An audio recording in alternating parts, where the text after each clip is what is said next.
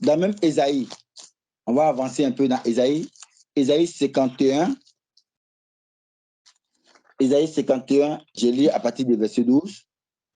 À partir du verset 12, Ésaïe 51, à partir du verset 12. C'est moi qui vous console.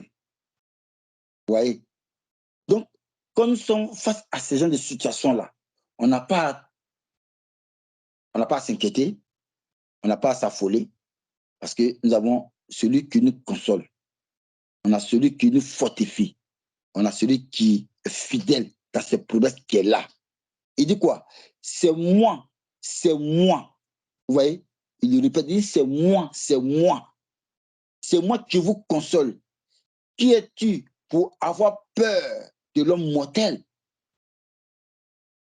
Quel problème on a pour avoir peur de celui qui est en face de nous? Pour avoir peur d'un homme comme nous? Quelqu'un qui est homme comme nous. Le plus souvent, on a peur. On a peur. Daniel et ses compagnons n'ont pas eu peur d'un homme qui était en face d'eux. Ils ont oublié même qu'il était roi même. Ils ont oublié qu'il était le grand Nebuchadnezzar. Ils se sont dit qu'ils étaient en face d'un homme. Pourquoi on va avoir peur de toi? Pourquoi? On va avoir peur de toi. Pourquoi? Tu es qui? Ça, c'est notre langage. C'est le langage des Ivoiriens. Tu es qui même? Mon frère, tu es qui? Est-ce que toi, tu es boubou? Ouais, ça veut dire que est-ce que tu es quelqu'un qui fait peur? Et puis, il va avoir peur de toi. Voilà. C'est comme ça qu'on se parle entre nous là-bas. Oui. Donc, il dit quoi? Il dit, qui es-tu pour avoir peur de l'homme mortel et du fils de l'homme pareil à l'èbre? Il dit quoi? Il dit, et tu oublierais l'Éternel qui t'a fait, qui a étendu ses cieux et fondé la terre. Et tu tremblerais insensiblement tout le jour devant la colère de l'oppresseur, parce qu'il cherche à détruire, ou donc est la colère de l'oppresseur. Toujours tu es dans la peur, toujours tu es là, tu as peur, tu tombes, toujours c'est toi, un peu seulement tu as peur, un peu seulement tu as peur. Non, non, un enfant de Dieu n'a pas peur. Un enfant de Dieu ne doit pas avoir peur. Quel que soit qui est devant lui, ne doit pas avoir peur. Un enfant de Dieu n'a peur de quoi que ce soit. Vous voyez?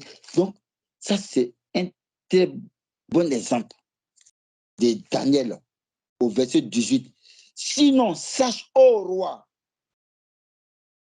sinon, dans la version du second, sinon, sache, ô roi, que nous ne servirons pas tes dieux et que nous n'abandonnerons pas, nous n'adorerons pas la statue d'or que tu as élevée. Aujourd'hui, bien-aimés, regardez un peu ce qui se passe. Regardez un peu ce qui se passe. Les hommes de Dieu passés, les hommes de Dieu par là.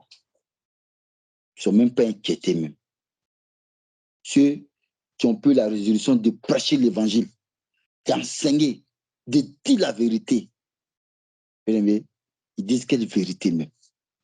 Quand on veut se référer à la Bible et on voit les serviteurs de Dieu qui ont servi le Seigneur, on voit comment, bien-aimés, ils ont dérangé le monde. Comment les gens les ont attaqués. Leur vie était en danger. Mais aujourd'hui, même regardez, tous les hommes de Dieu, la plupart, sont dans les blim-blim, ne sont même pas inquiétés. On les ovationne, on les acclame. Oui. Ils sont sous les ordres, eux-mêmes ils savent. Ils les mettent. Eux-mêmes savent. Ils font semblant de parler du Seigneur. Ils font semblant de proclamer Christ. Mais en réalité, ils ne proclament pas Christ. Ils proclament leur propre vente. Ils sont combien qui vont dire, si le Seigneur ne se coupe pas là, je ne veux pas adorer ta statue là, je ne veux pas l'adorer. Ils sont combien? Ils sont combien? On va encore lire un autre passage. On va lire dans Matthieu 5. On va aller dans Matthieu 5. Matthieu 5, je vais lire à partir du verset 16. Matthieu 5, verset 16. Je lis la parole. Que votre lumière nuise ainsi devant les hommes, afin qu'ils voient vos bonnes œuvres et qu'ils glorifient vos pères qui est dans les cieux. Vous voyez, Dieu va être glorifié. Quand on lit la suite de Daniel 3, verset 15 à 18, quand on lit la suite, le Seigneur va être glorifié. Donc, en un mot, ça veut dire que les gens, par jalousie, ont mis des plans en place et avec le roi, ils voulaient faire périr ces Hébreux-là. Ils voulaient faire périr Daniel et ses compagnons. Ils voulaient les faire périr. Parce que la trompette a été sonnée et ils n'ont pas adoré cette statue-là. Donc, ils ont fait les rapports. Et le roi va les convoquer. Et le roi va les poser la question. Le roi va faire sonner encore la trompette. Mais on ne va pas se prosterner. Et ils vont couper tout coup. Pour dire au roi, ça ne sert à rien que tu insistes. Ça ne sert à rien que tu fatigues ta bouche. Mais sache qu'on n'a pas à te répondre là-dessus. Mais le Dieu que nous servons, là, il va nous délivrer. Et d'ailleurs, si il ne nous délivre pas là, mais nous là, on ne se voit pas en train d'adorer tes dieux. Je vais lire la suite. Regardez la suite. La suite nous dit quoi? Au verset 19. Sur quoi Nebuchadnezzar fut rempli de fureur et il changea de visage en tournant ses regards contre Shadrach, Meshach et Abednego. Il y reprit la parole et ordonna de chauffer la fournaise 7 fois plus qu'il ne convenait de la chauffer. Vous voyez? Donc, le roi de Nebuchadnezzar, bien aimé, évidemment, tout naturellement, même si c'était moi, je vais rentrer dans une couleur noire devant tout le peuple, devant ses conseillers, devant toutes les personnes qui sont dans son palais. Et des petits, moins que rien, qui résistent à son ordonnance, qui résistent à ses commandements. Frère, même si ça aurait été moi, je vais être encore plus en colère que Nebuchadnezzar. Nebuchadnezzar, je me dis que là, il n'a pas été en colère, mais pour lui, là, c'est petit. Moi, ça va être encore plus que pour lui-même. Parce que moi, c'est de la foutaise. Moi, le grand Nebuchadnezzar. Vous voyez? Donc, il est rentré dans une colère noire. Une colère pas possible. Parce que les serviteurs ont coupé tout d'un coup. Ne te fatigue pas, roi. On ne va pas adorer la statue. Tu n'es pas Dieu pour nous. Tu n'es pas Dieu. Le Dieu que nous adorons là, ce n'est pas lui. Donc, on ne va pas adorer ton Dieu. C'est ça. Un enfant de Dieu qui est ferme dans ce qu'il dit, dans ce qu'il fait. Donc, la souffrance pour lui là, c'est un sujet de joie. Il n'a pas à s'inquiéter parce qu'il est dans la parole. Il connaît les promesses. Il connaît les promesses que le Seigneur a faites pour lui. Les promesses vraies que le Seigneur a faites pour lui. Ce n'est pas les promesses de loterie là, non. C'est les vraies promesses. Et quand tu crois en cela, ça s'accomplit. Ça s'accomplit. Donc, ils ne sont pas inquiétés. Roi, ne te fatigue pas. Même si le Seigneur ne vient pas pour nous délivrer là, on ne va pas adorer la statue que tu as faite, on ne va pas l'adorer. Vous voyez bien aimé, c'est des choses, le Seigneur nous exhorte à avoir ça en nous, en cœur. Parce que quand on va être confronté à ces situations, voilà des prières, voilà des passages qui viendront en nous, ces passages viendront pour nous fortifier, pour nous faire du bien. Et déjà, on n'a pas à s'inquiéter pour ce qu'on va dire déjà. Parce que déjà, on se voit, on est déjà dans la victoire. On est déjà dans la victoire. Face aux tribulations, face aux choses qui vont arriver. Le Seigneur disait tout ça, tout le temps, il disait cela à ses disciples. Il dit, lui, il dit, ce qui lui est arrivé là, va forcément les arriver. Si le bois vert a été persécuté, ce n'est pas le bois sec qui vont épargner. Non. Non. Vous voyez? Donc, le Seigneur nous exhorte à suivre ces gens d'exemple. À suivre ces gens d'exemple. Le Seigneur nous exhorte par ce passage, au fait, à avoir foi à ses promesses.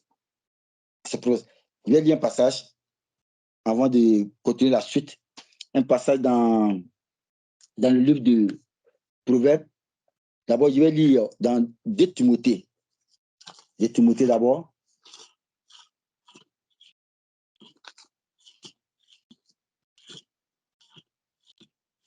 Excusez-moi. 2 Timothée 1. 2 Timothée 1 à partir du verset 12. Je lis la parole. Si nous persévérons, nous régnerons aussi avec lui. Si nous le réunions, 2 Timothée. 2 Timothée 1, verset 12. Excusez-moi. 2 Timothée 1, verset 12. Je lis la parole. Et c'est à cause de cela que je souffre ces choses. Mais je n'en ai point honte, car je sais en qui j'ai cru. Et je suis persuadé qu'il a la puissance de garder mon dépôt jusqu'à ce jour-là. Vous voyez, l'apôtre Paul. L'apôtre Paul. Donc, il va souffrir ou pas, il n'en a point honte de cela. Parce qu'il sait en qui il a cru. Et c'est comme ça un enfant de Dieu parle. Quand il est en face d'un sorcier ou de quelqu'un qui menace de le visiter mystiquement pour venir l'attaquer, lui, il regarde dans les yeux et lui dit, tu ne me fais pas peur parce qu'il sait en qui j'ai cru. Viens et tu verras la gloire de Dieu. Et c'est ce qui va se passer avec Daniel et le roi de Nebuchadnezzar. Fais et tu vas voir la gloire de Dieu. Fais et tu verras quel est le Dieu que nous adorons. Le Dieu dont je te parle là, c'est qui? C'est parce que tu ne le connais pas. Tu ne le pries pas, tu ne le connais pas. Que tu t'agites comme ça. Fais, tu verras. Et la suite nous dit quoi? Dans Daniel, verset 20. Puis il ordonna à quelques-uns des plus vigoureux soldats de son armée de lier Sadak, Meshach et Abednego et de les jeter dans la fournaise ardente. Je saute